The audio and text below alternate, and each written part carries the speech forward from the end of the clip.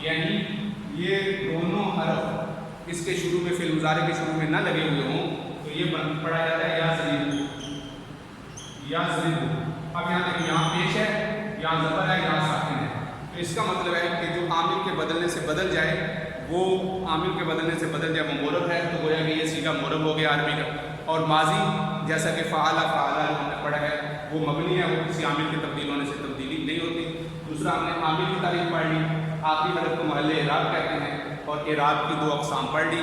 تو انشاءاللہ اس کو آپ توجہ سے سن لیں، اس کے بعد انشاءاللہ ہم اگلا سبق پڑھیں گے۔ السلام علیکم ورحمۃ اللہ وبرکاتہ۔